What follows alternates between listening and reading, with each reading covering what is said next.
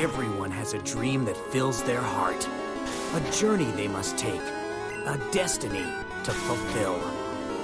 As close as your imagination exists a magical place where wondrous creatures with incredible powers help make dreams come true.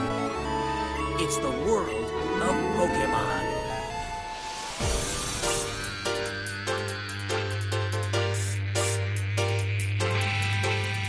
Welcome to Now Playing's Pokémon Retrospective Series. Prepare for more trouble than you've ever seen. And make it double. We're on the big screen. Part of Now Playing's Video Game Movie Review Series. Enough with the game. Hosted by Arnie. So you're addicted to caffeine. I could stop whenever I want. These are just choices. Another round, extra shot. Blackest night, thank you, sweetie. Justin. Get me the hell out of here! And Stuart. To them, this is just one more challenge. They follow their hearts. That is what sets them apart and will make them Pokémon masters. This podcast may contain detailed plot spoilers and mild language. This is what a Frenchman would call caliente fiesta. Listener discretion is advised. We're gonna do this, you and me.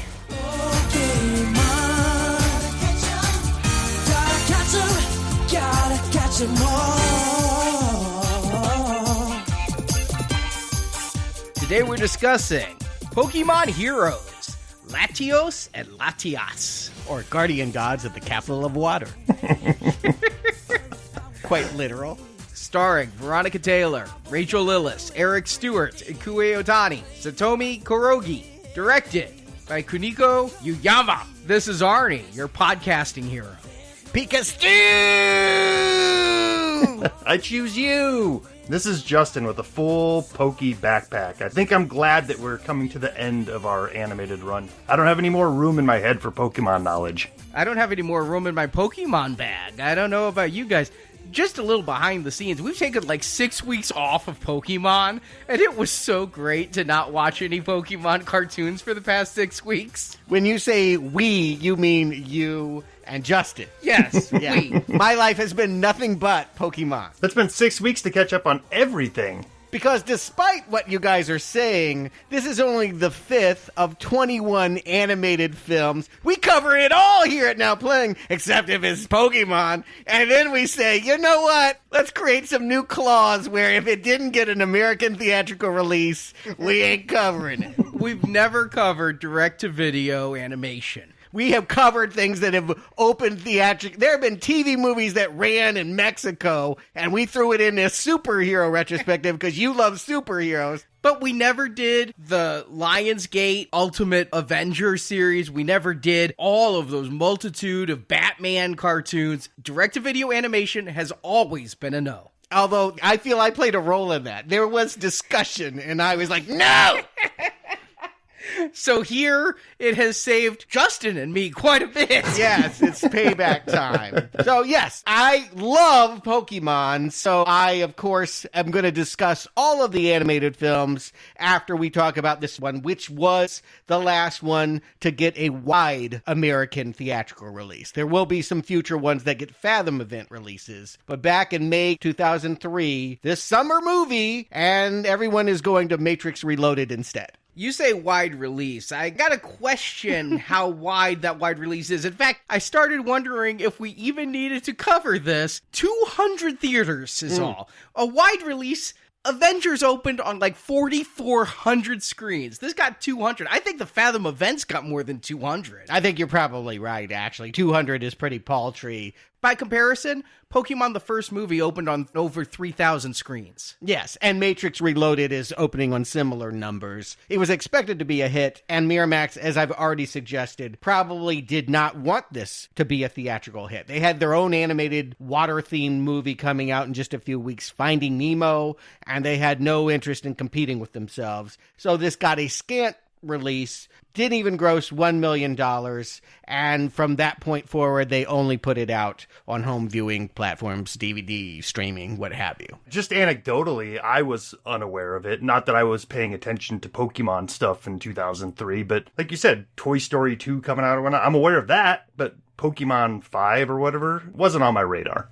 I don't think I had any clue this movie came out, but the fact that there'd been a Pokemon movie in theaters annually for 5 years, I do remember at a certain point thinking, Pokemon 3, didn't we just get Pokemon 1? I believe it just became white noise of Pokemon in theaters, and I'd just be like, all right, I have no idea. Is it still in theaters? Is it in theaters again? Is it a new movie? I don't know. Yeah, Americans weren't even paying attention anymore. We had moved on. For us, it was a trend that had burned hot and gone away, but I just want to point out this movie was not a flop. This movie was a hit. It had already made its money the year before in Japan. It already had $20 million. And all these films we're going to be discussing after Pokemon Heroes are all consistently making $20 million, $30 million. So this franchise has never stopped being a hit in the country of origin, Japan. But I think it took about 13 years for Pokemon to find relevance again. Probably the reason we have a Ryan Reynolds live-action movie to discuss coming out this weekend. Pokemon Go. This one caught me by surprise. I have a millennial friend at work, and she was talking and how she was playing this new Pokemon app. And I'm like, you're in your late 20s. You're playing Pokemon? And that was my first inkling to what became a phenomenon that was so huge, even I decided, all right, I need to see what this is.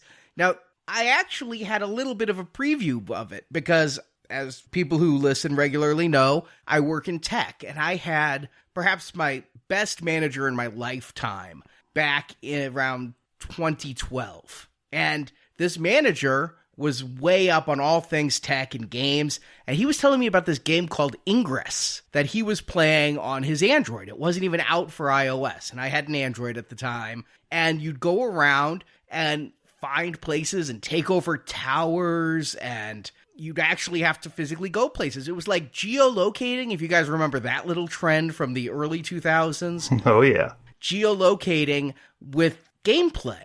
And so I played that a little bit, but never really got into it. But the company that made Ingress, Niantic, took that engine. Basically, they used Ingress. They were a Google startup company, and they used Ingress to map, I think, the world and find landmarks that are anything from a mural on a wall to a funny sculpture to churches. Churches everywhere. And they partnered with Nintendo and made this Pokemon Go, which is so addictive. I have never played this game. I didn't realize it was free, that you could just download it. No wonder it became a viral phenomenon if people didn't have to buy it. I have questions about how that makes money, but it was interesting to know it was an April Fool's Day joke. 2014, if you clicked into Google Maps on that day, Pikachu, Squirtle, Bulbasaur, they were all popping up in the real world unannounced. They were just there. And it was from the success, the response was so positive, that Nintendo said, hey, we can make money at this. But I don't know how if it's freeware. Well, this is the new monetization strategy, is you don't buy a game for $50. Oh no, that's silly. You give the game away, and then microtransactions. I have spent thousands on Pokemon Go. Thousands. Oh, I hate to sound this naive, but it makes you spend money in order to continue to play? No. You don't have to. You can play forever for free, slowly. Or if you want to, say you have an egg, you get a Pokemon egg, and you want to hatch your egg, you need an incubator. Now you can either pay real world money to trade in for gold coins, which then you trade the gold coins for an incubator. It's like chips at a casino, so it doesn't feel like real money. Or you can walk around the town until you finally luck out and get an incubator, and then you can finally hatch that egg. And you're throwing Pokeballs to catch Pokemon. I mean, that's where this one differs, is when it started, there wasn't a whole lot of battling going on, a whole lot of fighting. It was a lot of, I'm walking around, I'm using augmented reality. So I'm looking through my phone, I'm seeing my room, and in my room, oh my god, there's a Rattata. And so I'm throwing Pokeballs at this Rattata and need to catch it. Oh crap, I'm out of Pokeballs. I can give them money and I can get more Pokeballs. Yeah, I enjoyed this phenomenon greatly. It was another sign that the world had gone completely mad in 2016 because I just liked watching people running around, pointing at things that weren't there and claiming, oh, look, there's that. I'm like, yeah, we've all lost our damn mind. And in LA, I was still living in LA at that time. You could just tell who was playing it by the way that they would congregate, by the mannerisms, all of it. It looked like, wow, the asylum let them loose, and now we just, let's watch the crazies. I mean, it truly was an inescapable cultural phenomenon. I mean, I held out as long as I could, but my wife was playing it, my daughter was playing it, my son was playing it, so I hopped in just to see what the fuss was all about. And like Arnie says, it is strangely addictive. I never even got to the fighting part. I just enjoyed walking around collecting new Pokemon. And you guys didn't have a history with these characters. How would you know what you were getting? I mean, did it matter? Or were you just, it was about amassing as many things as possible? The gotta catch 'em all, really. You know, that's my attitude in life. Mm-hmm. Marjorie's constantly saying she's happy she doesn't have a sister because my completion issues know no bounds. It's true. I one time asked you if there was a movie you wouldn't have in your collection, and you said no. You would literally own every movie if you could. If it was free. Yeah. Well, they also hit on that collector thing where they make certain things more rare and harder to find. So for a while there, I don't know if it's still the case, but Pikachu was incredibly hard to find. So like if you came across a Pikachu, it was like, ooh, I found him. And then you throw a couple Pokeballs at him and then he'd run off and you're like, oh, I missed him. So it became a quest. Now, let me ask, as again, someone that has never played this, is it always going to be there? If someone goes and grabs Pikachu and 5 minutes later somebody else pulls up, is he still there for that second person to get? It is the same if you and I both had our phones up right now and there was a Bulbasaur in this room, we'd both see it. Now, the Bulbasaur will move on. But for this period of time, the computer will say there's a Bulbasaur in the room. Everybody who's playing will see the Bulbasaur in the room with a couple limitations. If you get above level 30, you see different things than people below level 30, things like that. But I will never forget how addicted I got to this. I don't know if this is actually in the Suicide Squad show, if it made the final cut. Suicide Squad came out in 2016. I wanted to see it in IMAX, which required me driving up to Bloomington, Illinois, because we didn't have an IMAX in town back then. So it was about an 80-minute drive. So I get there at 7 o'clock, get out around 9:30. I then proceed to drive all around Bloomington for about an hour and a half looking for Pokemon, which is incredibly safe to be driving a car and looking for Pokemon. Yeah, I mean, we wouldn't be the only one guilty of such a thing. I mean, this was a phenomenon that happened as an unfortunate consequence of the popularity. As people couldn't turn off their phone and they wanted to find them, and car crashes aplenty. And there's plenty of YouTube videos of people walking into fountains and things, which is hysterical. But then I remember after Suicide Squad, I finally got back to Springfield. I'm driving around Springfield looking for Pokemon. It's 2 a.m. I'm sitting in a church parking lot. Gotta get my fix, man. It is crazy. And then I actually had a come to Jesus moment in a church parking lot of what am I doing? And I did quit the game shortly thereafter. It launched in like July or August, which is perfect for the Midwest because you want to go to parks. That's the whole thing. They said this game would cure the childhood obesity epidemic because it encouraged walking. You want to hatch that egg? Go walk 10 kilometers to hatch that egg. And it really did work. I was walking parks. I was walking all around. I was driving some places, but I was walking a ton. And then it got cold. And then it got real easy to quit.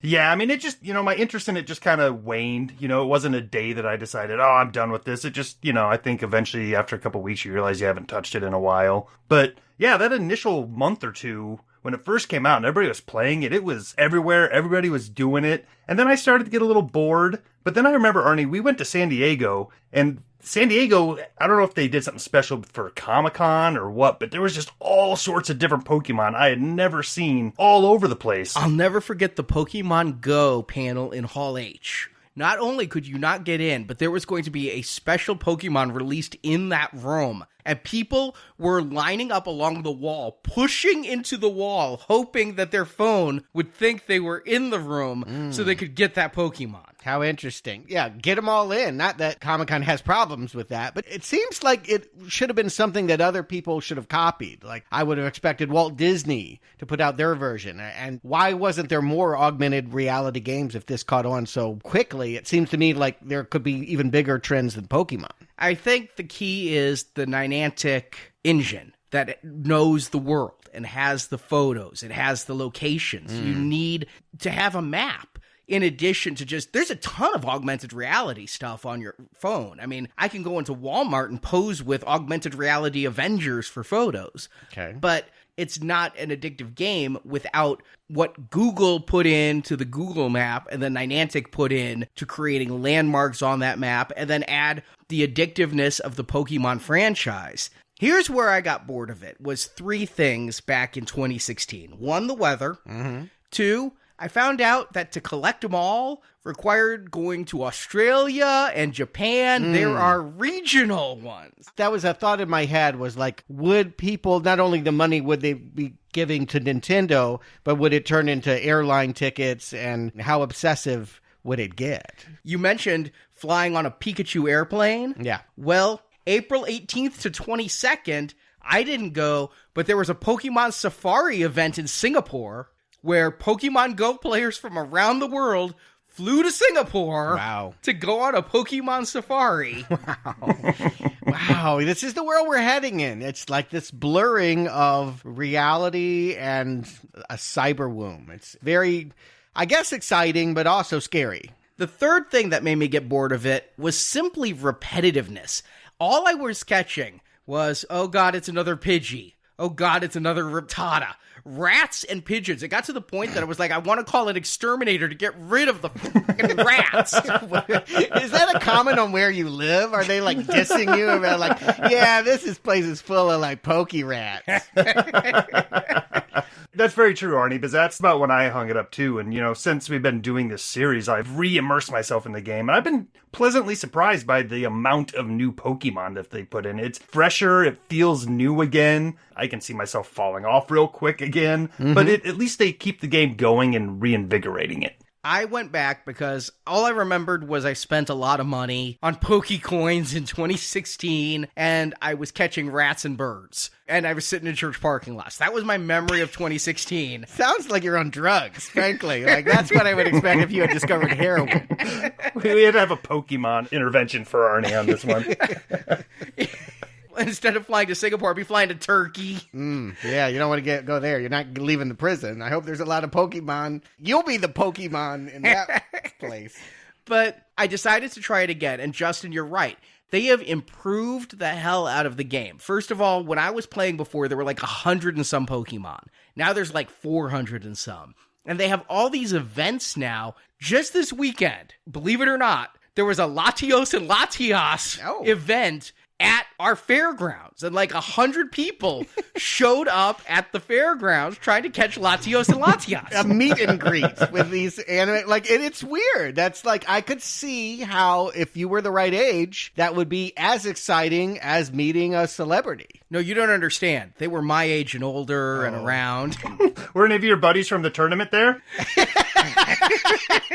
Yeah, they probably were. They weren't there to meet and greet. What it is to get some of these rare Pokemon. They've really increased the importance of combat. And you go to these towers, and there are things called raids, and you can't do a raid alone. In addition to promoting activity, which I don't believe it actually cured the childhood obesity epidemic. No. Anything that gets people moving, but it also promotes community. If I want a Latios or Latias, I cannot do it alone. It takes a minimum of like 5 people level 40 and above to team up and all attack at once at this tower. We have to physically be there and coordinate and be like, okay, you're going to be there at 5, I'll be there at 5. We're going to team up and we're going to try to take down this tower for a chance, as Justin said. If we beat the tower, then we have a chance to catch a Latios. Okay, well, I guess there's an upside, but of course this also brings me to my Poke controversy of the week, and that's this game created as many problems as It seemed to enchant people. I mean, what I saw was 3 major systemic continuing problems with the game. One is, I think the problem with anything involving a cell phone. People are not paying attention to what's around them, and this leads to people, literally someone walked off a cliff. I mean, fatalities. People walk into traffic. Maybe it would have been the same as if they were watching a movie on Netflix. Maybe we can't put this on Pokemon. Somebody fell into the Grand Canyon last week taking a selfie. Yeah. I mean, there's a certain level of awareness. Sure, but the game makers can't feel good to know that they placed Pokemon strategically next to places where people died. I mean, that's just strange. And then weirder, help me understand this one, because I didn't quite get it, but I guess robbers were hanging out at certain Pokestops with the idea that this will be a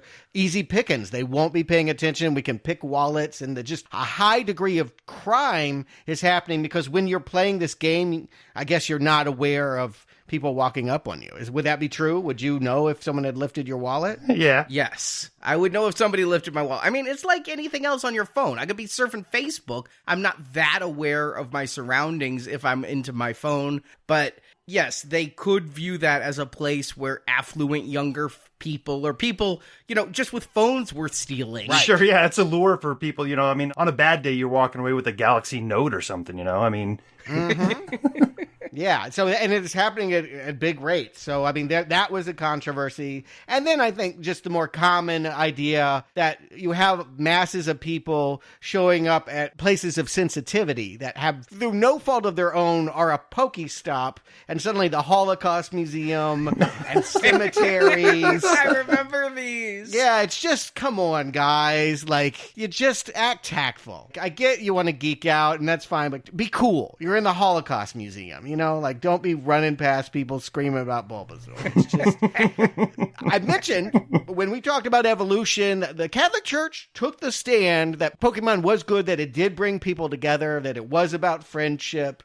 They had a changing perspective once people started showing up at church trying to grab these monsters. They were like, this is irritating. They went to the Pope. They ended up coming up with something kind of ingenious. I don't think it's caught on to the same extreme, but my unusual merchandise of the week, it's not really a Pokemon, but it's certainly derived from the Pokemon Go phenomenon. Have you guys heard of Follow JC Go? Oh, no. Oh, yes. $7. You can download it on your Android or your iPhone. Is this the VeggieTales of the Pokemon world? No. It's not creatures. Do you collect all the apostles? You can meet saints, and they all are hovering around wanting to tell you about the magic of Jesus and how to change your life. It takes you to churches. So instead of having people going there to get monsters, it becomes a way of, like, you meet friends. They end up calling them E-teams. Evangelical teams is what that stands for, but the idea is that not only are you going to collaborate, but you're going to then start pulling out your own Bibles and learning new stuff. It was their idea. I guess it's the state of churches in America at this point, but a way of cashing in on something that was popular and hooking people on getting back into church for the original intention. I remember back in 2016, one of the big news stories was places are like, we don't want to be a Pokestop. We are a fine dining establishment. I mean, there's one place that, yes, Marjorie and I, we'd eaten there in the past, but we became regulars at this restaurant because it was 2 Pokestops and a gym if you were sitting at a good table. So we'd be like, all right, we're going to go play Pokemon. Date night became Pokemon night, where we'd go to this restaurant, have some beers, and play Pokemon all night. Kind of together. I don't know if that's exactly a together activity when we're both engrossed in our phone and like, oh, there's a Bulbasaur, go get him. But it really did become a thing, but they had a thing where you could opt out. They had to create a form very quickly. They realized people were congregating where they were unwanted and people could opt out. Churches are still Pokestops. Churches are still doing whatever they can to lure you into that church. Right. I can see the impetus behind, like, thinking, hey, attendance has been down over the years, and all of a sudden all these people are showing up, but not for church. Let's try to capture some of this. But I don't know that an app capturing and meeting saints is necessarily the answer that they were looking for. Well, if you look at who's playing it, or at least who's leaving reviews, it's full of snarky online people that They're having a laugh at this. They're like, oh, yes, I was in a face full of cocaine having gay sex, and then this app led me into the church, and I was healed. Like, you can just imagine the kinds of stories that get posted as a review for this poor, unfortunate game that, again, has Pope Francis's blessing. That he says, go do it. So if you're a Catholic, go for it. Pokemon Go. At the very least, nobody yet has died. I haven't heard of any incidents of death or robbery or any of the... I guess that comes when no one's playing. Yeah, I was just thinking. The per capita is much lower, so therefore the incidents are much lower. Or maybe those saints are protecting them, Arnie. Don't give up on the power of the floating Mother Teresa above the church. Unfortunately, and I do mean unfortunately, I'm back addicted to Pokemon Go, and my playing got Marjorie back addicted to Pokemon Go. We're going to events now, and Ryan, we've talked about Ryan on this show, is our Obi-Wan. We constantly have this text group going of, okay, so is there any reason for me to have 82 Murkrows, or can I just, stop catching Murkrows at this point? I want to give a shout out to every Now Playing listener, because when I was just getting back, they have this new thing now, a friend system, which they didn't have back then. And you can send gifts to friends, and they're random gifts, and you can trade Pokemon with friends, and you can battle friends. And I put my code out there on Now Playing, and I have 80 friends, and you guys are all of you are awesome. A few of you have never opened the gifts I sent you months ago. But most of you guys are really awesome, and I enjoy playing with you guys where we just, I get to see what you've caught, and I get to see, from putting the code out on Now Playing's page, I have Pokemon friends in the UK, in Japan, in Singapore, in California, and I get to see the landmarks that they've gone to, because you go to a Pokestop and then you get a gift that you send. It shows me your Pokestop. I get to see these places around the world that my 1 degree of separation are playing. It's really kind of cool and addictive. That would be my hope. As someone that has no interest in downloading this game, in part, I try to keep all video games off my phone because I would get sucked up into it, but I do like the idea that it could spark the interest in travel. Even though I would like people to actually go to the Grand Canyon to see the Grand Canyon, anything that could get people to look exteriorly out into the real world, I think that there's got to be a silver lining at least to that. It makes me want to travel more because I feel bad. In addition to opting out of being a Pokestop, as you might imagine, you can opt into being a Pokestop for money. And so every Sprint mobile store and every Starbucks is a Pokestop because they sponsor. Mm-hmm. And I feel really lame sending a gift. Here's from Starbucks, here's from Sprint, here's from Starbucks, here's from Sprint. I'm like, I want to go places. I want to send cool gifts. Yeah, I want to stop collecting rats. Anyway, thanks for the update. As someone that has never played it, I've always been curious to know what you guys were doing. You have taught me a lot. Well, speaking of rats, we got to talk about the short that aired before this movie, Camp Pikachu, where our old friends, the evolved rats, the Pichu brothers, are back. Remember them from a previous short? Yes. They were in the city last time, and now, as the banjo tells me, they're out in the country. It's a hoedown! The absolute worst Pokemon song ever is this attempt at a rendition of a Pokemon hoedown song. That may be in part because you don't like hoedowns, right? I mean, that would be hard to make it good. Swing your partner do-si-do, round and round, and there we go. I'm fine with that shit. Are you really? Yeah. You want to go country line dancing tonight? We can make it a Pokestop if you prefer. Yeah, when I was watching this, I was like, I wonder which way Arnie's going to go on this. Because you're either going to love this song or you're going to hate this song. I'm kind of surprised to find out that you hated it. I thought it was kind of catchy, especially for this short for preschool kids. It's more catchy than some of the other ones we've had. I have nothing more to say about these shorts. I've said my piece. They don't really have a plot. They really aren't about doing too much. This one maybe was a little bit more on the Looney Tunes funny side than some, but at the end of the day, this is made for children that haven't learned how to form words yet. It is for the Teletubbies crowd in my mind. I did find myself at a bit of a migraine-inducing point when there was a conversation. Why? Why not? Why? Why not? That never ends. It's like a child arguing with the mother. I think it answers its own question. Why not? Because then you end up with this. I mean, that's why not. I think what's frustrating about these shorts, especially this one, is that it's really doing nothing for the first 17 minutes of the 21-minute runtime. And then all of a sudden it's like, oh, wait, we're not just here to watch Pokemon play. There needs to be some sort of issue to overcome. It's like, oh, this should be over. But it's like, oh, now we got 5 minutes of a fake issue that they have to figure out before we actually end. Yeah, they always got to punch up the idea that they're collaborative and friends. Again, that lie that Pokemon love and live in harmony together, that's so not resembling anything in gameplay.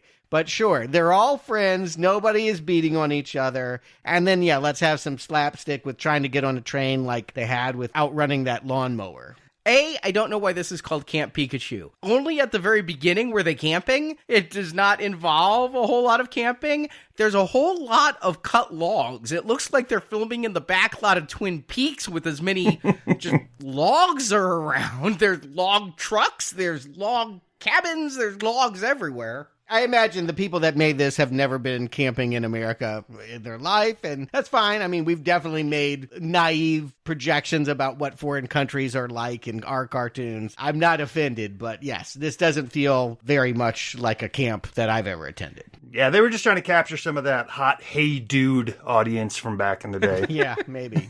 It does lead me, one listener has told me, because I asked a question on our previous podcast, is this even Earth? There's humans, but there's no earthly animals. There's only Pokemon. It was when they were time traveling. I'm like, what year is it? What's going on? There is a fan theory that this is a post-apocalyptic wasteland after a nuclear war has mutated all of our animals into Pokemon. Oh, that is interesting. I like that because I've had that thought many, many times, particularly now that these newer films are beginning with the welcome to our world introduction. And I'm like, but this isn't Earth. That becomes more and more present. They start by looking at that planet and I'm like, yeah, that's not Earth. I mean, it's kind of. We're going to go to a place that feels very much like Venice, Italy, but it's not. I mean, they obviously want us to think about places in our world. You're right. It could be post-apocalyptic. It could be the aftermath of where we're heading. What I was told is it definitely is Earth. They are on Earth, and those are humans. But where'd the Pokemon come from? Where'd all the animals go? And there's no place called Johto. All the names of these towns do not exist. So where are they really? And why has everything been rebranded? Yeah, nuclear annihilation. I think you're right. I would love...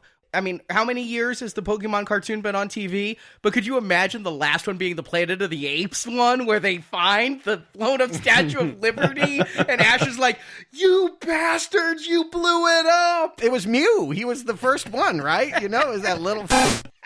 that white little mouse, Mew. Yeah, it's like a cat kangaroo. Nothing is like strictly a direct analog to real-world stuff, except for maybe the Rattatats. Those seem to just straight up be rats. And Pidgeys are obviously pigeons. And there's snakes. I mean, there's some. Ecans, Arnie. Come on, they were clever there. They spelled snake backwards.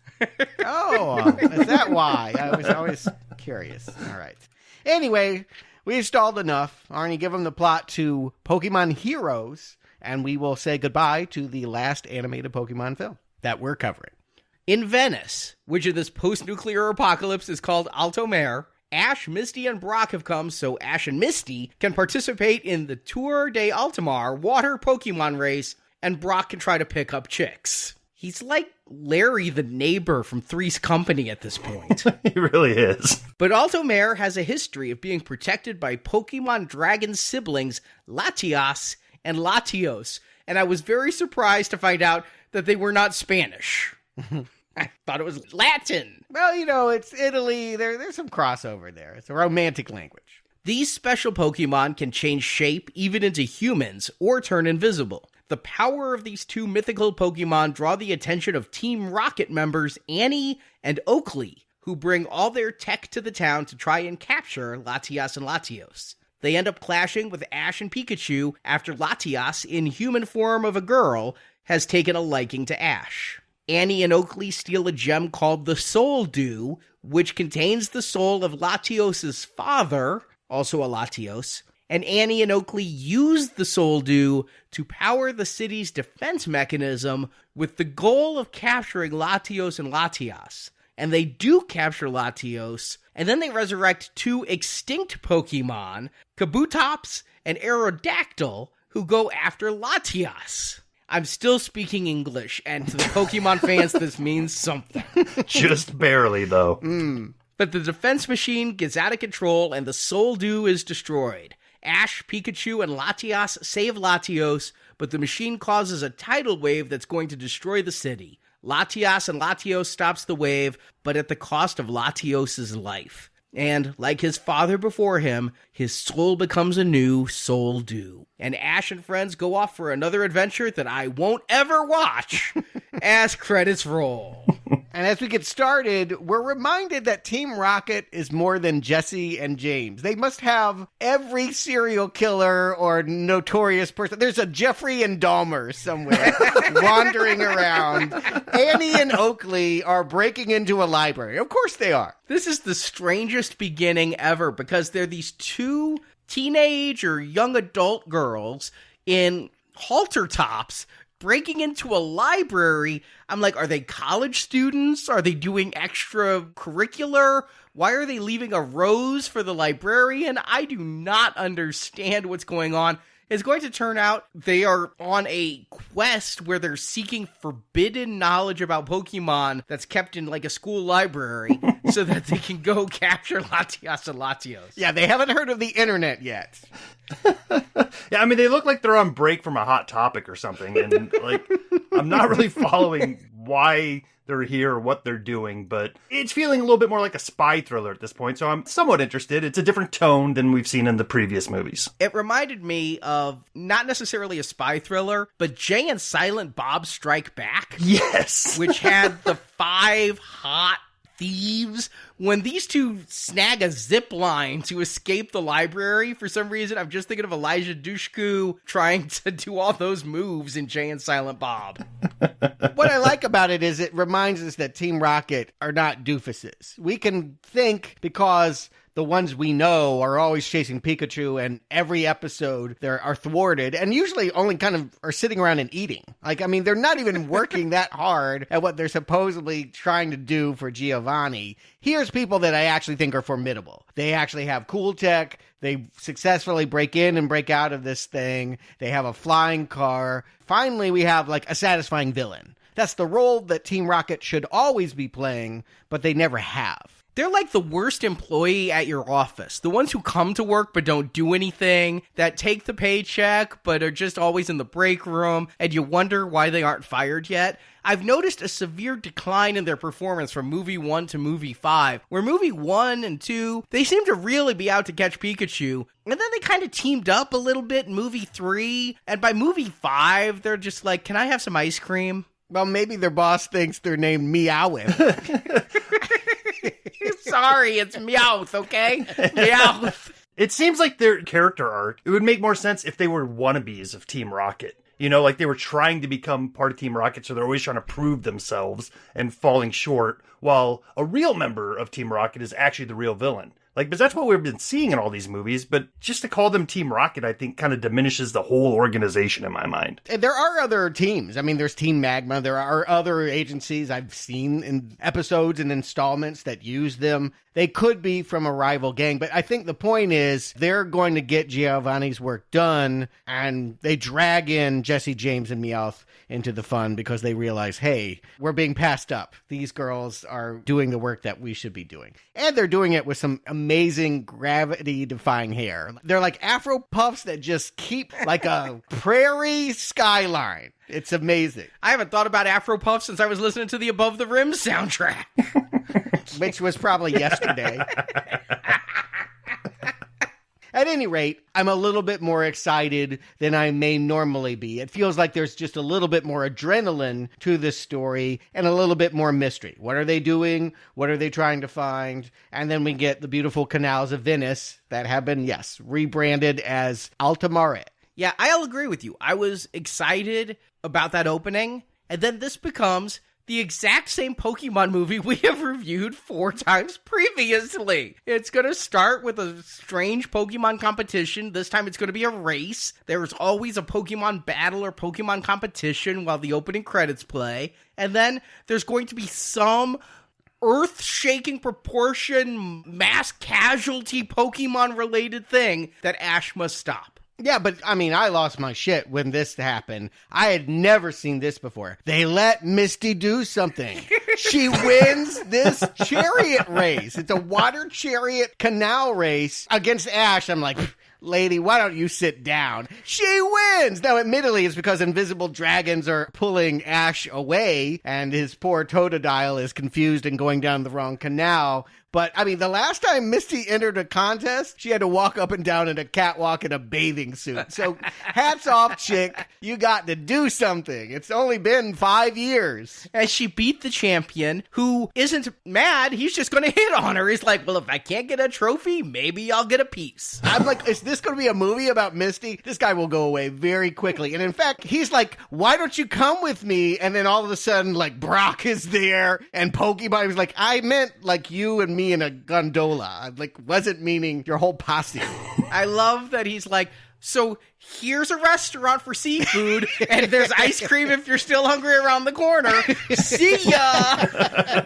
And take your crappy little monsters off my boat. It does remind me of a blind date I went on where the waiter came and said 1 check or 2, and my date looked at me expectantly, and I went, 2 checks! If ever there was an opportunity for Brock to show his true character, he would have seen that they were cock blocking and helped the bro out. But yeah, no nookie for Misty. How old is she? She's still 10, right? It's been 5 years. You keep telling me that. No, she is at least legal in Alabama.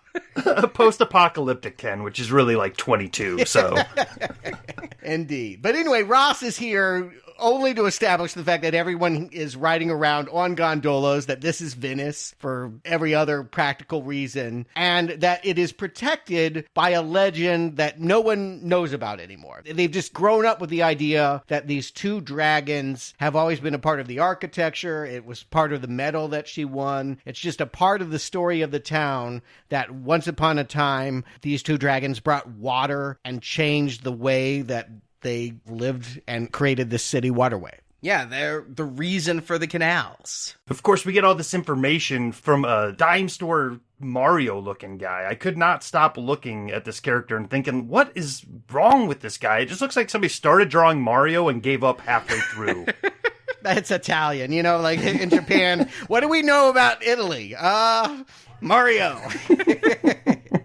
Who knows? Yes, I watched the behind-the-scenes footage of this, the making of, which I was like, oh my god, am I going to have to hear an hour's talking of animators? No, it was 2 minutes of scenic, like, here, how I spent my Venice vacation photos. Behind the scenes, this is not a movie where I'm wondering what's going on behind the scenes. I'm barely wondering what's going on in front of me. But Annie and Oakley are here. They are trying to find these legendary dragon Pokemon, and we can put 1 and 1 together and realize that was probably the psychic disturbance that had Ash lose the race to begin with. And it will all come to a head because Annie and Oakley have thermal scanners. They're looking around and they can tell that one of the dragons has taken human form and are tracking her. I've never seen a Pokemon except for a Ditto that could shapeshift. Is this a first for you, Stuart, with all you've seen? I mean, there's later ones, and no, it's not the first time, but I called her the girl with the dragon hairdo. I mean, it's you can tell she's a dragon, just she doesn't have to open her mouth and flames come out. No, look at that hairdo. That's the dragon. We didn't need the thermal scan. Except she's mimicking a real human girl friend of hers who is not a dragon and has the same hair. True. Yeah.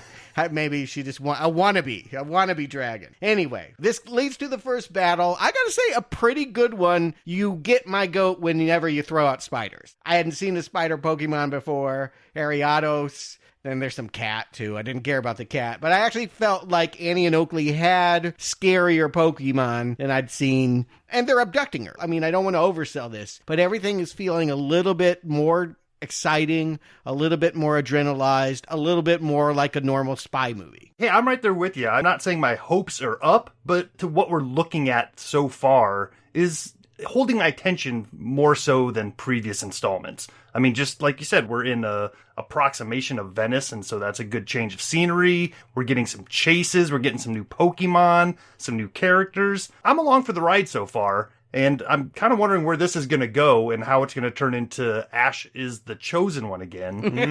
We're going to get there. Don't worry. It doesn't take long. I mean, Ash comes along and sees Pokemon attacking what appears to be a human, which, I mean, that's a no-no. The Pokemon don't go after humans. They only beat on each other. And he's going to step in. I'm 10 years old and you shouldn't be doing this.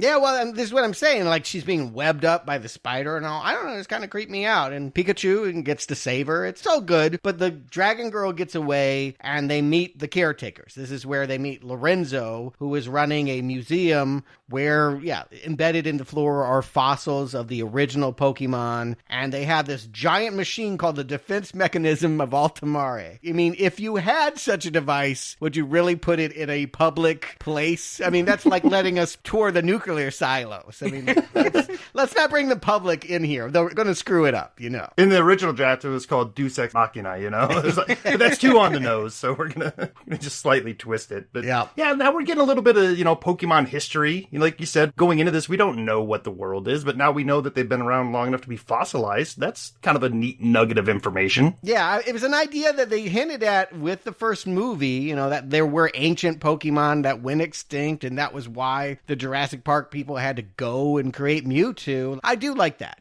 It's cut and dry. I mean, no one would use the word sophisticated, but it's done in a way that keeps my interest. And I'm finding again and again, even though we're on the 5th Pokemon movie and my umpteenth Pokemon adventure, if you count all the TV that I've watched, I'm actually finding this one to be the most engaging that I can think of. I think even though we took several weeks off, I'm just seeing this all as samey same. It's another mythical Pokemon that nobody's ever seen before. Oh, yeah. No, the gimmicks and the tropes are all here. I mean, they're following a tried and true formula, and what I'm connecting with is that maybe that they have elements that are a little more exciting, and I feel like the storycraft is not so random. Sometimes characters wander into the thicket of things, and I'm like, why was that lady here with the bread? There's just some that you're like, I can't follow what's going on, and hats off, I'm following everything that's going on here. And in fact, this is where we get the reveal. I think we all could have guessed this, but the dragon girl has a girl protector that looks just like her, Bianca, and she lives in the garden behind this museum. And either Latias or Bianca takes a shine to Ash. This is kind of interesting, too.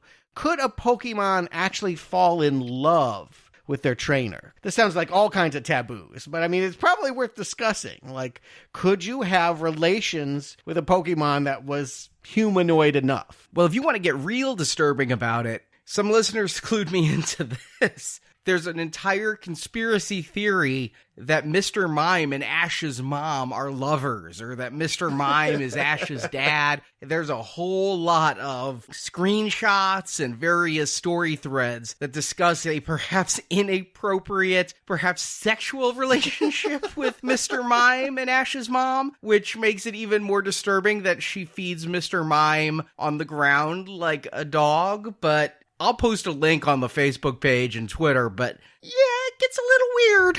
If we wanted to explore this, we could have seen Pikachu getting jealous. Yeah. And ruining plans. Yeah. That's not where this movie goes. I don't advocate that they do explore it, but it begs the question once we realize this dragon, Latias, is really, really into Ash. I'm just going to write it off as friendship, not sexual advances. But as Bianca, really pretty forward. And in fact, Ash will get his first kiss by the end of this movie. From one of them. I don't know if it's the human or the dragon. Were there any distinguishing features to tell them apart when Latias was in Bianca or trying to be Bianca, or was it just the exact same animation? Like, did we miss anything where the tips of her hair are slightly different color? Bianca wears a hat. Okay. Latias does not have a hat, which is why at the end, Ash is kissed by a girl not wearing a hat. Did Bianca take off her hat, or was it Latias? That is the mystery. Mm-hmm. Ah, interesting. Sort of. And this is also where we get into the soul dew. And every time I hear that, I think of just let your soul glow. Remember Coming to America and the whole Jerry curl? Oh, yeah. Advertisement. That was like, is that what it is? See, I went the other way with it. I actually thought it was just the new urban Mountain Dew flavor. Yeah, there are like 90 flavors and like in a variety of rainbow colors. I don't even understand what's happened to Mountain Dew. Maybe they've just partnered with Marvel. There's the Soul Dew, there's the Power Dew, the Time Dew. The Time Dew, the Eternity Dew. No, it's a big stone in a fountain that, of course, is the engine to power the big defense device that lives in the museum. I mean, again, to a 5-year-old, they're going to be able to follow this. They're going to maybe even anticipate some of this. But I think that's an improvement. To tell a story that a 5-year-old can understand is not something I always feel they do. This is the point of the movie where I was like, oh, yep, we're watching a children's Pokemon movie. Because no sooner do they tell us what the Soul Dew is and how it must be protected at every cost, the very next scene is nobody watching over the Soul Dew. Imagine that, yes. Very important. Now let's all walk away. But I mean, to your point, Stuart, you're right. They're setting up a plot device for children to be able to follow and feel like they're anticipating. So from that angle, fine, great. I just really hate when they really nail something over the head like that. And then it's like, oh, okay, so this is what's going to be stolen very soon. Yeah, we all have seen animation in this day and age. I'll just cite Powerpuff Girls, where it speaks enough to adults that you can find things in it that are attractive. And Pokemon just doesn't court that audience. I think the only adult audience that might be intrigued watching this are people that buy the games and want to see teases for Pokemon that are soon going to be able to be caught. Yeah, I agree. I was thinking Teen Titans Go, or we've reviewed several appeal to multiple audiences movies that are animation. And this one, yeah, it's like they're not even sure if Latios and Latias are real, yet they're floating around the city. The people think it's a myth, yet a little girl is friends with them. You know, it's targeting a higher age than Camp Pikachu, but only a little. Right. And we're not in the demographic and we're not invited. So we might as well just kind of get to the end here because connecting the dots that they take 20 minutes to draw the line for, we can see that Annie and Oakley are going to get into this fountain, get one of the dragons, and try to activate the machine. Listen, there are so many Pokemon montages in this one with them playing. There's the water race. Latios and Latias play with Ash and Pikachu. You know, the run P on this one is like 5 minutes at a time.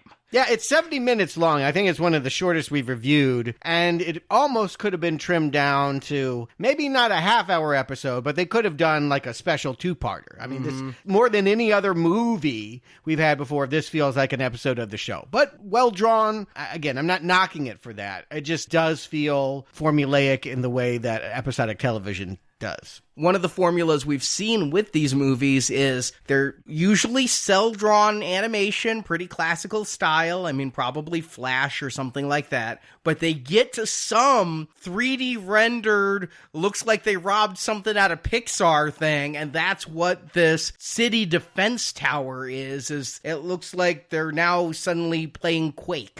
Yeah, we've had some cool shots of I think some of the chases where they're running down the canals and all have also felt like 3D modeling, and it captures your attention. It's crude. I mean, I want to point out it doesn't look great. It at least makes it feel more cinematic than the show. Hey, I said they're playing Quake, not the latest Call of Duty.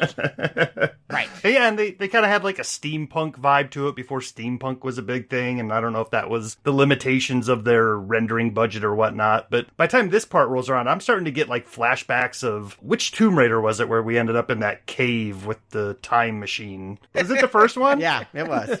Yeah, a device very similar to this with spinning orbs and orbiting things, you know, and I was like, oh, okay. Of course, this is going to lead to one of our antagonists turning exceptionally evil and power hungry and causing destruction of the city. I actually kind of appreciate that they did differentiate Annie and Oakley just a little bit all the way from the beginning, because Oakley was the one that's like, we got to stay on task, we got to do this, and Annie's like, oh, a jewel, it's shiny. You know, like there's one that's a girly girl that's in it because she wants to get this soul dew, and the other one that does seem to have some egomania.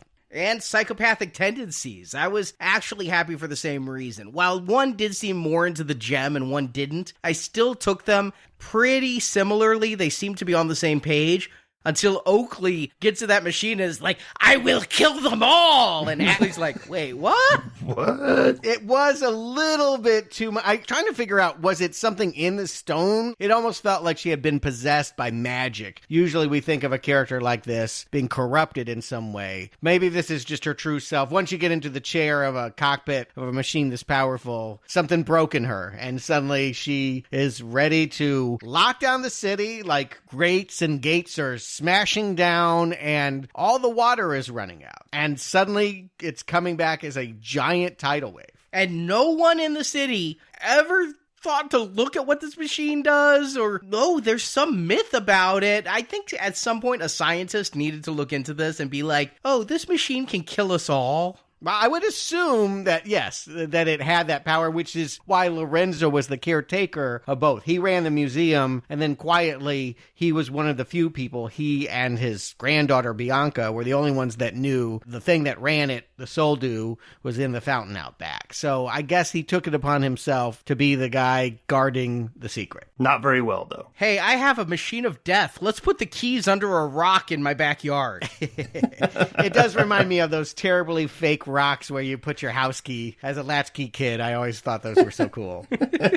Before we get too far away from it, there's quite a few scenes of, like Arnie said, Pokemon adventures and fights and whatnot. But one thing that they've done pretty well throughout this series is sound design. Like, each of the creatures, they sound like cartoony voices, at least, to the very least. I mean, sure, it's humans just saying the name of the Pokemon. But when they were capturing Latias, it literally just sounded like a 29-year-old lady screaming at the top of her lungs. It pulled me so far out of this. I was like, am I watching a weird version of this, or is that really the sound they went with? And specifically 29 years old, not 28.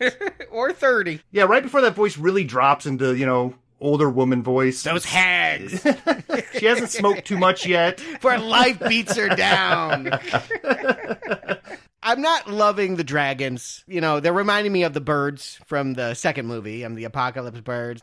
Some of it is my own issues. I don't really like birds or flying things. It's just not attractive to me, so I'm not having the connection with them. But they're doing their best. They establish that Ash and Latios can have a psychic bond, that there's this sight-seeing phenomenon in which Latios can project his POV into the minds of humans that might want to know what he's thinking and doing. And that was another 3D effect that they do, and it's interesting. I mean, it's not quite a POV shot. It's not quite in the mind of. It's kind of half and half. Yeah, it's weird. I mean, we're literally watching them float around in a bubble. And it's a little confusing as to, like, if I was 6 years old, I'm not sure if I would understand what they were trying to say here. But other movies that have tried to do this, like The Beastmaster, where, the Beastmaster goes into the body of a raven and he can see what the raven sees. Sure, they just put like a little acorn shape around the lens to make it seem like you're looking through the eye of a bird. But yeah, this works. I mean, I'm not quite sure how they're going to pull something like this off and make it totally understandable to kids what they're trying to show them. So I guess throwing everybody into a bubble and having them float around is as good as you're going to get in a show like this. But because they're sight sharing and doing this cool stuff, Ash is able to come to the museum, know where they're at, and kind of save the day. I'm not quite sure what he does that's so helpful. Latias and Pikachu seem to do most of the work. Yeah, he unties the humans that have been spiderwebbed, but for the most part, it is for Latios to make the ultimate sacrifice. I was shocked. I couldn't believe that we got to see him killed. Now, admittedly, he's the one that's been kept more at arm's length. Latias has been turning into a human and playing with Ash and doing all this communicating.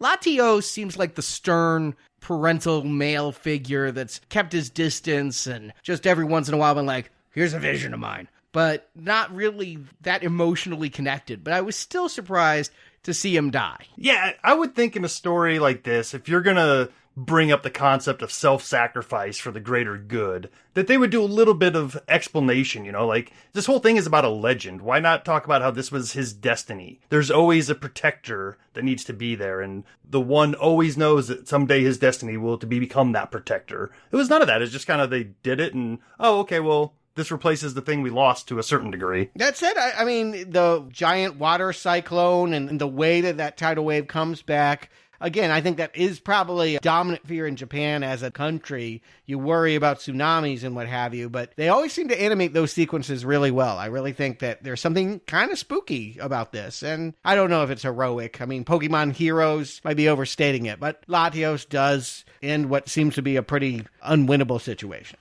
But there is no Latios at the end, right? Somehow his father, Latios, died. It's not like he and Latias laid some eggs so there would be a new baby Latios or anything. There's just a new soul dew. Yeah, what I take to mean was that the soul of their father, if they're brother and sister, I'm going to make that assumption, was in this soul dew. And because Annie and Oakley played with it, that soul drained away with the water, and now they didn't have any water protectors, and the water could do what it wants. I guess it wanted revenge. Who knows? But long story short, Latios steps into the role of his father by becoming the new soul in the stone. Right, because it was his destiny. That's what I'm saying. They needed to, give us a little bit of explanation as to what they were showing on screen. Yeah, that gondolier guy should come back. But they're all asleep. Notice that no one is worried about any of this because the sun's down, and I guess in this town, that means you shut the windows, you shut the doors, and everyone waking up the next day has no idea about all of this water cyclone dragon nonsense that's been going on. Oh, that water coming back was great. It was roaring in at 100 miles an hour. And then the second it got to town, it was just calmly lapping the shore. I'm not quite sure what magic he used to do that, but it was funny. It's like, oh, this is not going to go well. This is coming in as a tsunami. Oh, no, it's just fine. Right back where it needed to be.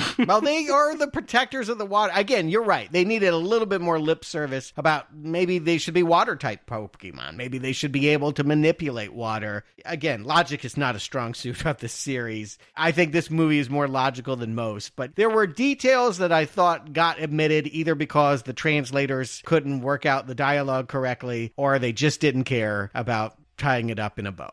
Well, let's tie this up in a bow. Justin, Stuart, do you recommend Pokemon Heroes, Latias and Latios? Justin. Okay, so we're finally at the end of reviewing these animated films. And I think it took 5 of them for me to come to the realization, or at least be okay with the realization, that none of these movies are progressively building on each other. They're all just individual stories that could be shown in any order, really. They're not building on one another. They're not trying to tell us a bigger overarching story, which is fine. I mean, that means you can take them or leave them as they come. So I have yet to recommend one of these. I don't think I've recommended anyone. I can't recall or imagine that this is going to change. And it's not going to change here. But I will say this. I don't know if it's just seeing the light at the end of the tunnel, but I feel like I would be more willing to give this one a pass than most of the other ones we watched. I feel like it was different enough in scenery. It had some new interesting characters. The big end kind of involved everybody rather than just watching some Pokemon do some stuff off in the distance over a mountain. It just felt more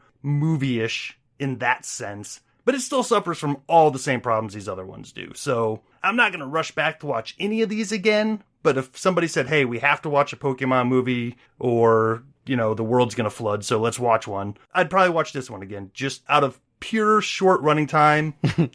And the visual storytelling was fine this time. So I'm glad we're at the end of this and we don't have to suffer through these anymore. But having said that, it wasn't as bad as I would have thought going into this whole series. Pokemon has a time and a place, and it has its audience. And I think it's cool that it's still around. I'm not offended that Pokemon is a cultural phenomenon.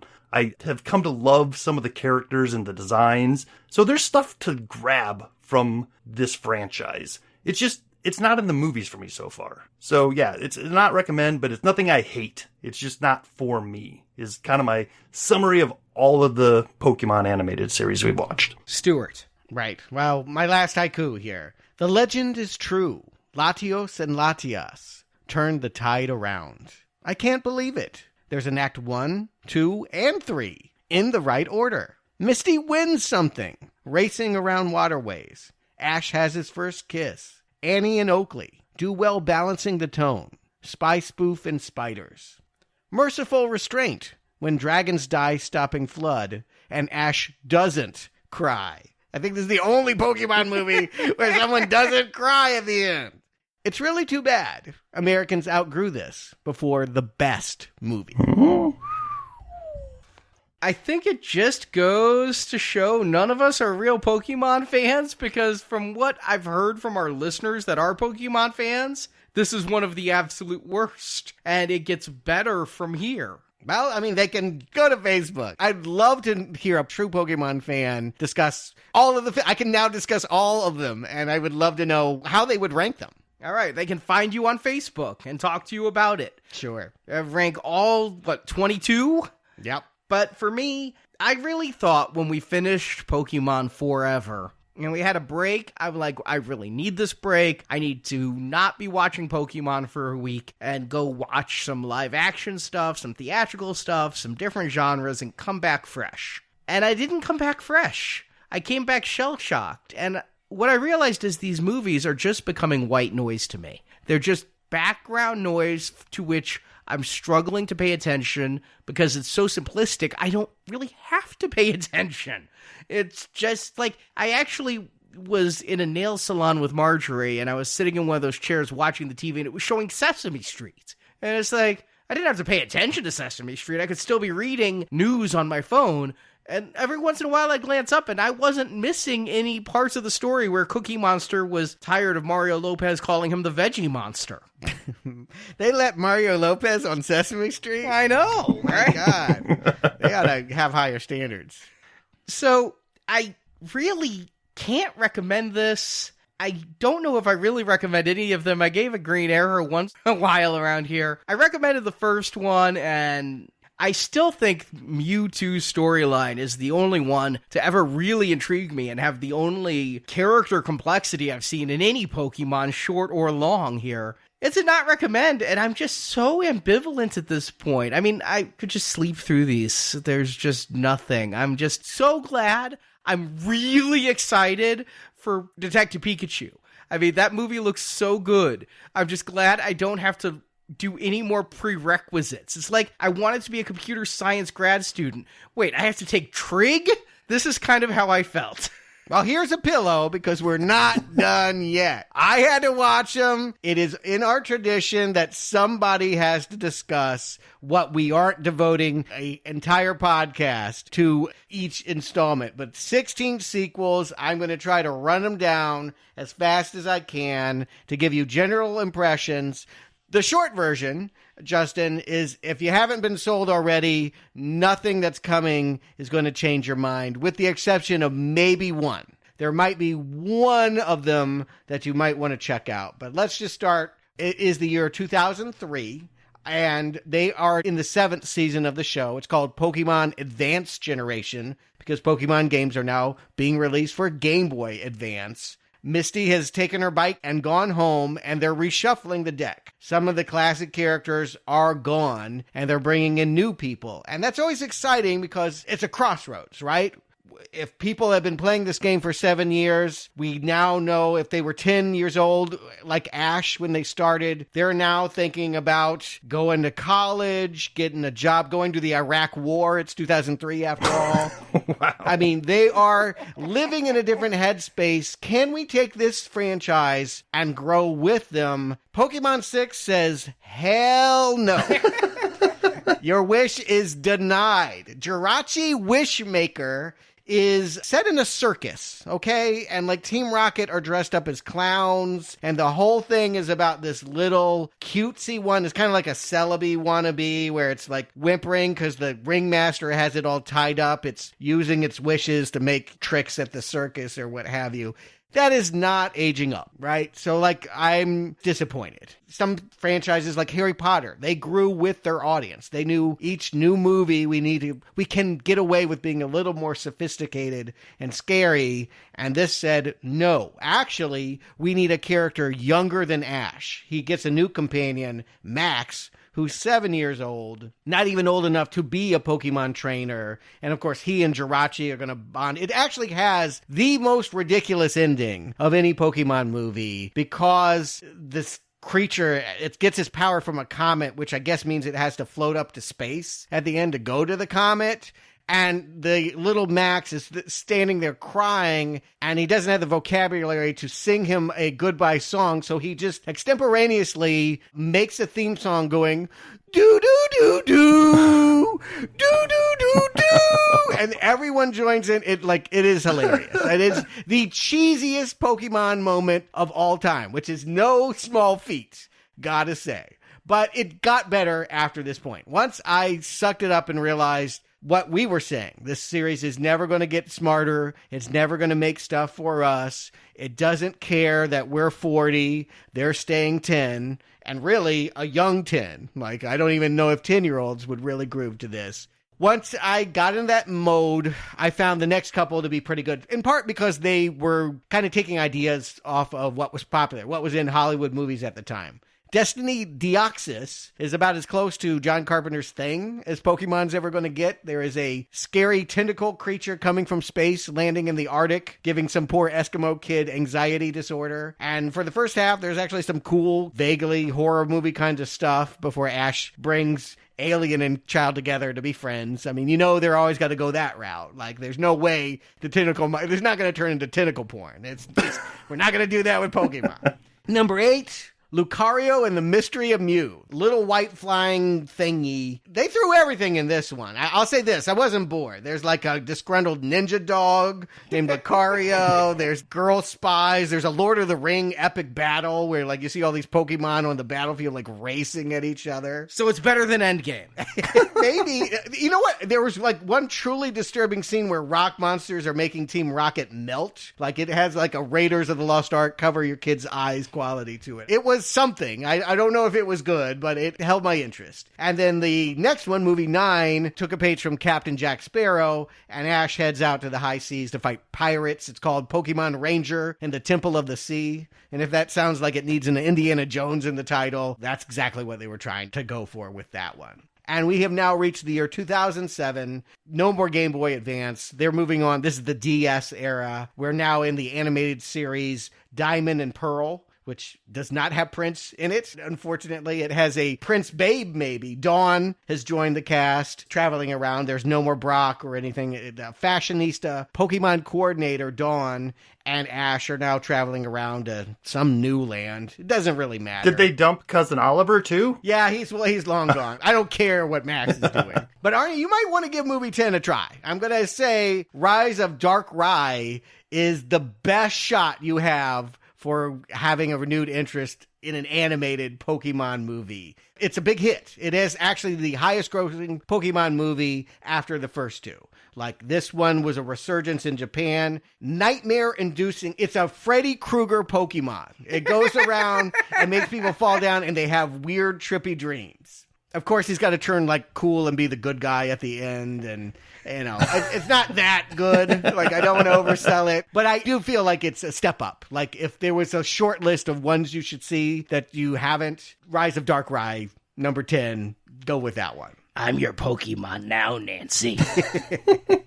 Followed by one of the worst, I gotta say, Giratina and the Space Ranger. And it's not Giratina's fault. They had this whole arc. It started with Dark Rai, where we're gonna bring in time and space Pokemon. And Giratina was one that came out of a black hole or something. It's this space worm. It's kind of cool, but for some reason, Pokemon movies sometimes just like to cede the floor to the cute one. And I usually grit my teeth on the Celebes and all of that. I'm like, don't make me do this. This is the worst one. Shaman is the gratitude Pokemon, and I got no gratitude for this. Basically, it's farting. It's like a farting hedgehog that has this really high voice. Everything is if you wanted to design a torture Pokemon, it is Shaman. I just couldn't stand him. It's the first true Burning Red Arrow. I hate this film. It won't be the last. But movie 12, pretty good. Arceus and the Jewel of Life kind of gets Pokemon back to origins. Before tech, we go back in time and see an Olympic Games and what Pokemon fighting was back in ancient Greece. So again, no Pokeballs, no Pokédeck, no tech.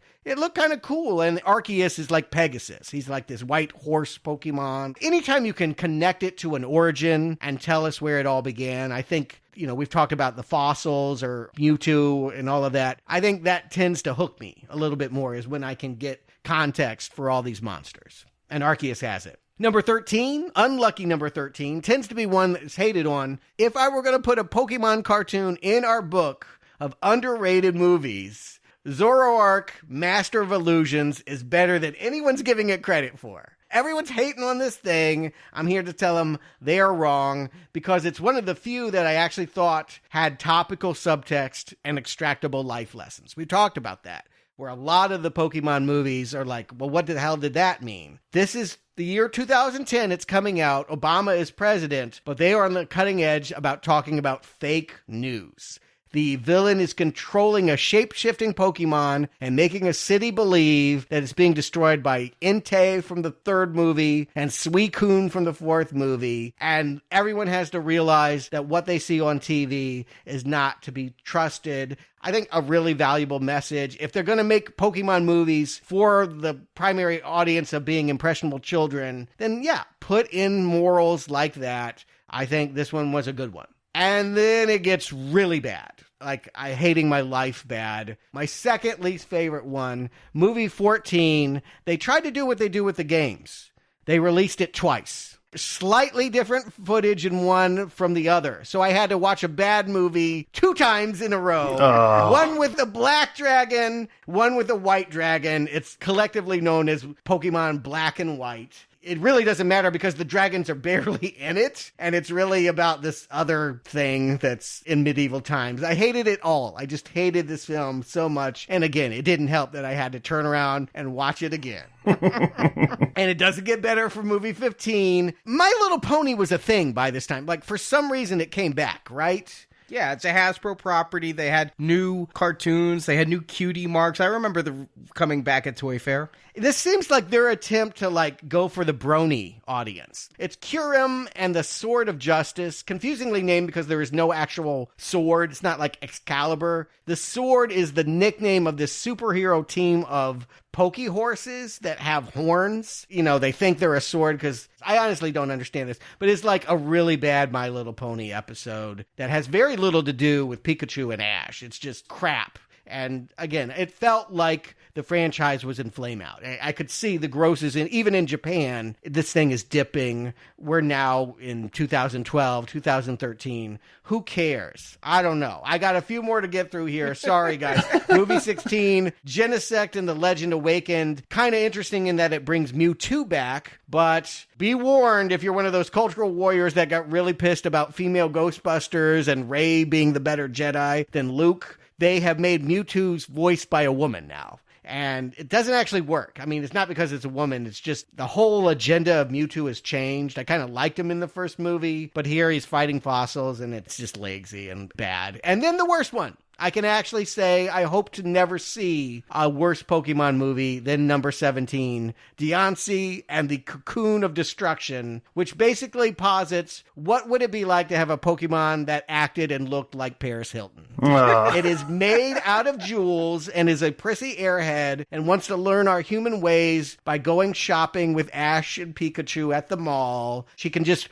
pull jewels out of the air to pay for things, and she's a privileged valley girl and can talk in full sentences now. Like, for some reason, the Pokemon are just talking normally, but unfortunately sounding like Valley Girl. So this is the kind of movie you put out and go, all right. It's, what was that Transformers movie where they were King Arthur shit? The Last Night. Yeah, we're there now. It's like, we got to do something else. And they tried. Movie 18, someone online, I think, put it best. I saw someone jokingly said, if you gave a Pokemon movie to Michael Bay, he would make Hoopa and the Clash of the Ages. It is just nonsensical action.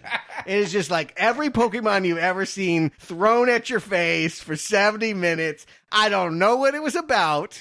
Gonzo Pokeporn. It is just wall to wall. I know Hoopa. He's like the genie from Aladdin, and he gets broken up in two. His big angry self and his cute little self, because they always got to have both in these things. And he kept going, Hoopa! Sounding like, I think that's Jabba, right? Hoopa! He talked like that.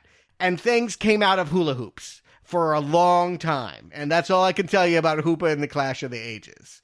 One good one came right out at the tail. I actually think it's unfortunate Volcanion and the Mechanical Marvel didn't come earlier, before the My Little Ponies and the Paris Hiltons. It's actually cool. You mentioned earlier, Justin, steampunk.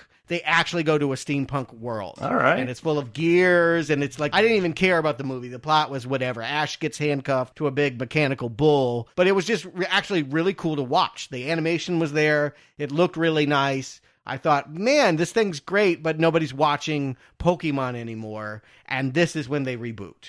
Movie number 20 is one that finally gets commercially released here in America as a Fathom event and gets the box office up again. Pokemon I Choose You. They remake the very first episode. They're starting over. So it is Ash waking up on his 10th birthday again, meeting Pikachu, not getting along, seeing the crows, doing everything that they did in half an hour as a 90-minute movie now. I think, Justin, you've said that's what you wanted all along, something to establish the relationships. They have done it pretty well. If I were going to recommend one for you as someone that's given this series 5 red arrows, Pokemon I Choose You. That might be your best shot. Well, it only took them 20 tries, right? Yeah, it only took 20 movies. And then they totally screwed the pooch because the next one they released is one of the worst. I was like, oh, they rebooted it. They're giving it more class. And then Pokemon, The Power of Us. It's strange because there's like 12 human characters in it. I don't even know who the Pokemon are in it, but they have all these storylines about a wind festival. And I couldn't tell you. I have no idea what was going on. You literally just lose track of the character. My closest comparison is John Carpenter's The Fog. There's some kind of festival, and 50 years before, some Pokemon caught on fire for reasons, don't know, and then they're coming back. And a lot of town people have thoughts about it. Terrible, but I do know the one that's coming out this year in Japan in just a few months is a remake of the first movie. It's Mew and Mewtwo back again, and they're going to tell that story probably better than they could back in 1997. Yeah, as I understand it, it's not out yet, but they're even going to reuse a lot of the audio from the first one, but it is a 3D CGI remake of that first movie. It is the first all CGI Pokemon. Wow, yeah. Will I go when it becomes a Fathom event? That's intriguing, but I think I really need to check in with Nurse Joy first. I really think I need a break. I think I've earned a Poke break. This has been heavy. To watch all of this Pokemon and try to pay attention enough to have opinions about each individual one and not just let it wash over me. Here's what I promise. If they make a sequel to Detective Pikachu, I will catch up with all the animated films they release in between, and I'll let you know. And I'll probably have some enjoyment about it. But I think for now, I'm really good on Pokemon. And honestly, Arnie, you said you're excited about this movie. I fear it might be the worst of the whole bunch. Oh, no. It's got Ryan Reynolds in it. Yeah. Here's what I'm thinking. If the bar for storytelling has been set at these movies that they've continued to pump out, I think it's going to be real easy to get over it. You know what I'm saying? Like, Detective Pikachu doesn't have to be even a good movie for it to be a great movie in this series. Certainly, that's true, but it feels too late. It feels like Pokemon Go is not a thing anymore. It still is. I mean, I find when hundreds of people are showing up in Springfield at the fairgrounds. Hundreds, not thousands. My point is, if they got this movie out the next summer, 2017, it would be a hotter property than now. I just feel like it's too late. And then they based it on a game. Arnie, you're going to play it, but I've never heard of anyone that was playing Detective Pikachu. They're not making a movie of Pokemon Go. They're making it look like Who Framed Roger Rabbit. But I got my ticket opening night, which is apparently 4 p.m. this Thursday. Like, that's the opening performance. They're just going to move the school buses in. I'm just going, me and a bunch of children watching Detective Pikachu this Thursday, and Pikachu and you guys will be back to talk about whatever the hell it is. I hope you say hi to all the people from the tournament. I'm going to the 640 show. Okay, fair enough. And I'm going to try to talk a couple of my kids to go in with me. I know Tyler's going to go. He's kind of excited for it. I think this might be his nostalgia for the year. You know, he grew up with Pokemon, Let It Go. This might be the audience. 20-something-year-old kids going, oh yeah, I remember being a Pokemon fan. Let's go check this out. All I gotta say is if you're worried about Detective Pikachu, nothing's gonna make it look better than the Sonic the Hedgehog trailer that's gonna play before it starts. Oh my god. I know. Did they already make the sequel? This video game series is just punishing. It just hurts so bad. I honestly, if you guys told me Sonic the Hedgehog was live action, I repressed that knowledge until I saw Jim Carrey as Dr. Robotnik, and I just went, wait, what? Yeah, my Thanksgiving just got a whole lot worse. Another turkey to eat. So, yes, that's going to be next week. We finally close the ball on the Pokemon series with Detective Pikachu. It looks like Deadpool Light to me, so I will be happy for that. I mean, can we underline that point? Getting Ryan Reynolds is not the audience. Like, people that like Deadpool are not going to want to see him do this. Have you seen Ryan? Have you met Ryan? Okay, a majority of people... Did you go to the tournament with me? A majority of people that love Deadpool are not going to look at this and say, well, I'm going to do it for Ryan Reynolds. Hell, look at any other movie Ryan Reynolds makes. He is only a star when he is starring as Deadpool. I don't think that this is going to take. Oh, Van Wilder would argue with that. Well, that's going real back. I'm talking about now. Yeah, I mean, here's what I'm kind of thinking and hoping is that they kind of treat this movie the same way the Brady Bunch movie did when they came out. It was like, sure, the Brady Bunch had a little bit of a love letter to the series, but also had enough gumption to make fun of it. And I kind of feel like that's the rope they're going to try to walk here, is not be precious about Pokemon and make fun of it a little bit, but still not stomp on your nostalgia. And that movie did surprise me. I was like, I don't want to see no Brady Bunch movie, and someone pushed it on me. And I had a halfway good time with it. You're right. If they can hit that tone, then it's going to be Green Arrows. For me, it's not going to be very hard to be the best Pokemon movie I've ever seen. But what does that really mean? Does that mean you're excited? You're going to love this? You're going to want to see the sequels? Listen, I said it before, I'll say it again. I would be going to see Detective Pikachu this weekend with or without Now Playing's retrospective series. Wow. You really mean that? Yes. Okay. It was the only reason I was happy to do a Pokemon retrospective series is, hey, if I'm going to the theaters, I might as well record a podcast on it. The trailer came out before Endgame, and all I heard was one guy turn to his wife and say, you're going to make me go to that, aren't you? Meanwhile, if you're in the mood for more animated live-action fare this Friday, join the three of us. If you're a patron of $10 or more, Who Framed Roger Rabbit is our main patron review. Yeah, not unlike how Shazam reminded me of Big. Seeing these trailers for Detective Pikachu had me thinking back on what was a huge film in 1988, but never got a sequel. Seems somewhat forgotten. Is it still a cultural touchstone, or was it just a moment in time? We'll discuss that and more this Friday. And then next week, we return to our donation series, The Platinum Level, with Lethal Weapon. You can find out all the details at nowplayingpodcast.com/donate. So Justin, Stuart, thank you for joining me. And until next time, I'm going to take my Pokeballs and go home. Game over.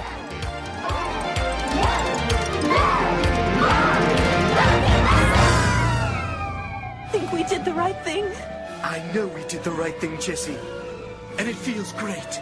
Well, this is it then. Let's not say goodbye. Let's just say We're gonna die. Thank you for listening to this episode of Now Playing Podcast. We hope you've enjoyed the show. A celebration of the harmony between humans and Pokemon. Come back to NowPlayingPodcast.com each week for another new movie review podcast. Thank you all for everything. Maybe I'll see you again. Someday. Also at our site, you can find hundreds of other movie reviews, including Star Wars, A Nightmare on Elm Street, Independence Day, the Avengers films, Back to the Future, Batman, Superman, The Fast and the Furious, and more. Case closed, but still open until I solve it. Now Playing Podcast is a show without any sponsors or ads. We rely on support from listeners like you to keep Now Playing operating. I could use pants. You can donate to the show and, as our thank you, receive bonus podcasts. over 150 bonus movie reviews are available to choose from on the Now Playing Podbean page, including Alien, Night of the Living Dead, Jurassic Park, Ghostbusters, Indiana Jones, Lord of the Rings, Psycho, Troll, and more. Find a full list of available bonus shows at nowplayingpodcast.com/donate. There's another credit on Pikachu's charge account. We've got to grab it.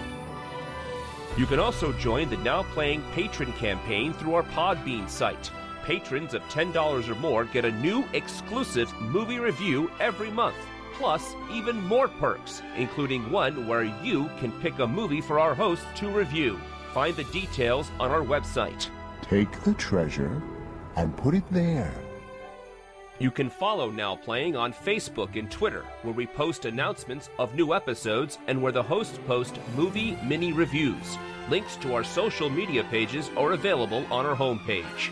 I haven't seen this many strange letters since the last time I placed a personal ad. Now Playing Podcast is produced by Arnie Carvalho. Yeah, you're right. I can do it. I'm the chosen one. Associate produced by Jason Latham. He's always the hero. We're always a zero. Now Playing is edited by Stephen, Heath, and Arnie. Humans may have created me, but they will never enslave me. This cannot be my destiny. Now Playing credits read by Brock. Did you just understand me? Oh my God, you can understand me. Stop. I've been so lonely.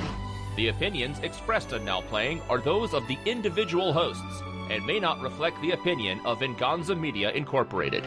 That's a twist. That's very twisty.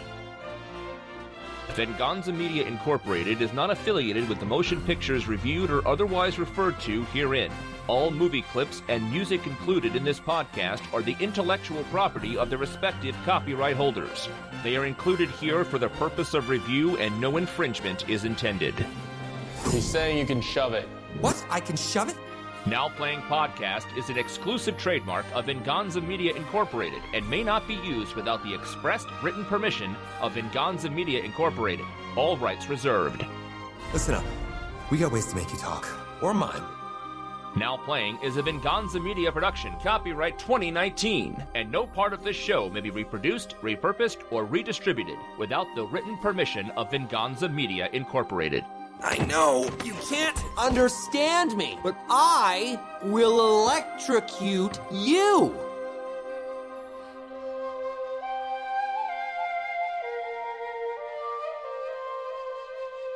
But once a happy ending. Team Rocket signing off again!